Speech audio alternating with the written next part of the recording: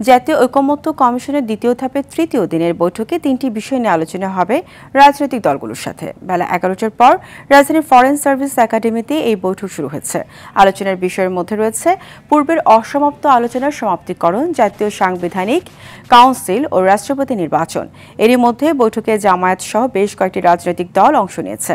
আলোচনার মাধ্যমে বড় ধরনের অগ্রগতি অর্জনের আশা জাতীয় ঐকমত্য কমিশনের সহ সভাপতি অধ্যাপক ডক্টর আলী রিয়াজের। এর আগে গত ৩ জুন প্রথম দিনের বৈঠকে ৩৩টি দল অংশগ্রহণ করে। এছাড়া দ্বিতীয় দিন গতকাল ২৯টি দল অংশগ্রহণ করে।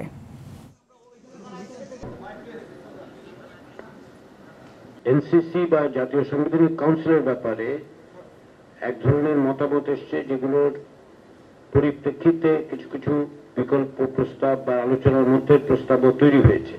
সেগুলো আপনাদেরকে জানানো হয়েছে এবং আমরা আশা করছি যে এই বিষয়ে আজকে আলোচনায় আমরা বড় রকমের অগ্রগতি অর্জন করতে পারব। এই বিষয়ে জানাতে রাজধানীর ফরেন সার্ভিস একাডেমিতে আছেন সহকর্মী খান আলামিন। সরাসরি যুক্ত হচ্ছেন তিনি আমাদের সঙ্গে। আলামিন, এখন পর্যন্ত কোন কোন দল বৈঠকে যোগ দিয়েছে, এই বিষয়ে আর কি তথ্য আছে আপনার কাছে জানাবেন? ফারিয়া, আজকে সবচেয়ে বড় বিষয় হচ্ছে গতকালকে প্রেস সচিব বলেছিলেন যে জামাতের সাথে কথা হয়েছে, গতকালকে তারা যুক্ত হয়নি, কিন্তু আজকে তারা যোগ দেবে। এবং আমরা দেখেছি যে সকালবেলা জামাত এসে উপস্থিত হয়েছে। জামাতের প্রতিনিধি দলের নেতৃত্ব দিচ্ছেন সৈয়দ আবদুল্লাহ মোহাম্মদ তাহের। বিএনপির প্রতিনিধি দলের নেতৃত্ব বরাবরের মতোই স্থায়ী কমিটির সদস্য সালাউদ্দিন আহমেদ দিচ্ছেন। এবং আজকে আমরা দেখেছি এনসিপির পক্ষ থেকে এনসিপির আহ্বায়ক নাহিদ ইসলাম এসেছেন এবং তার সাথে আরও দুজন সদস্য রয়েছেন। কিছুক্ষণ আগেই আনুষ্ঠানিকভাবে শুরু হয়েছে আজকের বৈঠকের শুরুতে ঐকমত্য কমিশনের সহসভাপতি অধ্যাপক ডক্টর আলী রিয়াজ যে বিষয়গুলোর উপর গুরুত্ব দিয়ে বলেছেন যে যদি সকল রাজনৈতিক দল আন্তরিকভাবে সহযোগিতা করে তাহলে আলোচনার মাধ্যমে একটি বড় ধরনের অগ্রগতি অর্জন করা সম্ভব হবে। গতকালকে আমরা যতটুকু জানিয়েছিলাম যে গতকালকে গুরুত্বপূর্ণ বেশ কয়েকটি বিষয়ে সিদ্ধান্ত কিছুটা হয়েছে, কিছু বিষয়ে অসমাপ্ত রয়ে গেছে। এর মাঝে সংবিধানের ৭০ অনুচ্ছেদের সিদ্ধান্তটি হয়েছে। সংসদীয় যে স্থায়ী কমিটি রয়েছে সেই স্থায়ী কমিটির সভাপতির বিষয়ে সিদ্ধান্ত হয়েছে, কিন্তু নারী যে আসন রয়েছে সেই আসন ১০০ করার বিষয়ে সবাই একমত হলেও কীভাবে সে ১০০ আসন নারী নির্বাচিত হবেন সেটি নিয়ে এখনও আলোচনা শেষ হয়নি। তো এই বিষয়ে গতকালকে যে অসমাপ্ত বিষয়গুলো রয়েছে সেই অসমাপ্ত বিষয়গুলো আগামী সপ্তাহের আলোচনার যে তালিকা সূচি রয়েছে সেখানে থাকবে, সেই বিষয়টি অধ্যাপক আলী রিয়াজ জানিয়েছেন।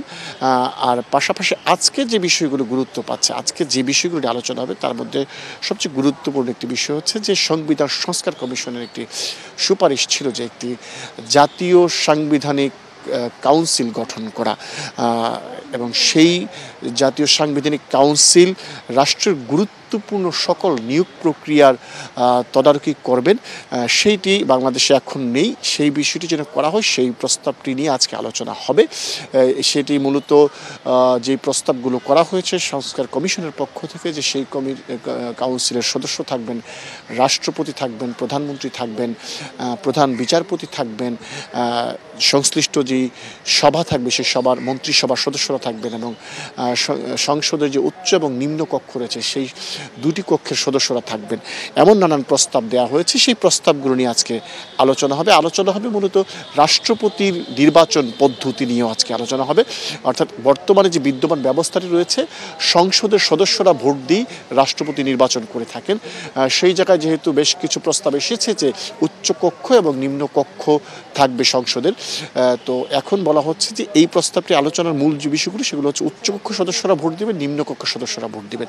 পাশাপাশি আরেকটি বিষয় যুক্ত করা হয়েছে, জেলা সমন্বয় কমিটি একটা করা হবে। সেই জেলা সমন্বয় কমিটির মাধ্যমেও কিছু কিছু ভোটার থাকবেন যারা রাষ্ট্রপতি নির্বাচনের জন্য ভোট দেবেন। এই প্রস্তাবগুলো আছে, এই প্রস্তাবগুলো নিয়ে আজকে আলোচনা হবে। মধ্যাহ্নের বিরতিতে রাজনৈতিক দলগুলো সাংবাদিকদের সাথে কথা বলে থাকেন, আমরা হয়তো তখন জানতে পারবো তারা কী ধরনের প্রস্তাব দিয়েছেন, তখন আমরা হয়তো জানাতে পারবো যে কী ধরনের প্রস্তাব অগ্রগতি হয়েছে। ফারিয়া, এই হচ্ছে আমার কাছে থেকে সবশেষ তথ্য। দুপুরের সংবাদ হয়তো আরও বেশি কিছু তথ্য আপনাদের জানাতে পারবো। আলামিন, আপনাকে ধন্যবাদ।